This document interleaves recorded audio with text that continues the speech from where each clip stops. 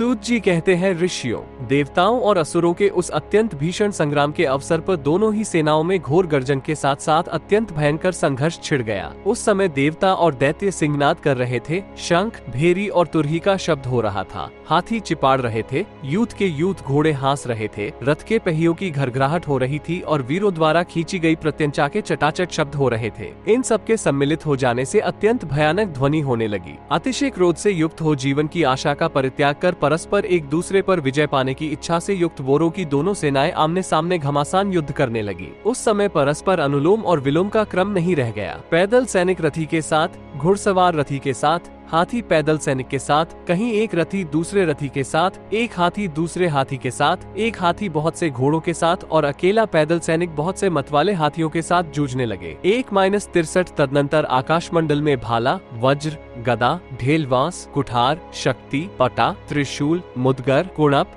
गद, चक्र, शंख, तोमर, चमकीले अंकुश, फलयुक्त बाण, पोला बाण, वत्सदंत, अर्धचंद्र, भाला, शतपत्र और निर्मल शुक्तुंडों के प्रहार से अत्यंत अद्भुत आकार वाली वृष्टि दीख पड़ी। उससे सारी दिशाएं आच्छादित हो गईं और उसने सारे जगत को अंधकार में बना दिया। उस घोर अंधकार में वे परस्पर एक दूसरे को पहचान तक नहीं पाते थे, अतः वे बिना लक्ष्य के ही अपने भयंकर शस्त्र समूहों का प्रहार कर रहे थे। दोनों सेनाओं में परस्पर कटकर धराशायी होते हुए वीरों को देख रहे थे। उस समय कटकर गिरे हुए या गिरते हुए ध्वजों, भुजाओं, छत्रों, कुंडल मंडित मस्तकों, हाथियों, घोड़ों और पैदल सैनिकों से युद्ध भूमि इस प्रकार पट गई थी, मानो आकाश रूपी सरोवर से गिरे हुए कमल पुष्पों से आच्छादित हो, जिनके दांत टूट गए थे, कुंभ स्थल विदीर्ण हो गए थे और लंबे लंबे शुंडदंड कटकर गिर गए थे। ऐसे पर्वत सदृश विशालकाय गजराज पृथ्वी पर पड़े हुए थे, जिनके शरीर से खून की धाराएं बह रही थी, जिनके हरसे, पहिए और धुरे आदि विदीर्ण हो गए थे। ऐसे अनेकों रथ खंड खंड होकर पड़े थे, हजारों घोड़े भी टुकड़े टुकड़े हुए पड़े थे। इस प्रकार वहाँ रक्त से भरे हुए बहुत से गड्ढे बन गए थे, जिससे युद्ध भूमि को पार करना कठिन हो गया था। खून से भरी हुई नदियां भंवर बनाती हुई बह रही थी, जो मांसभोजियों को हर्षोल्लसित कर रही थी। इस प्रकार तरह तरह की लाशों से पटा हुआ वो युद्ध स्थल वेतालों का क्रीड़ा स्थल बन गया था।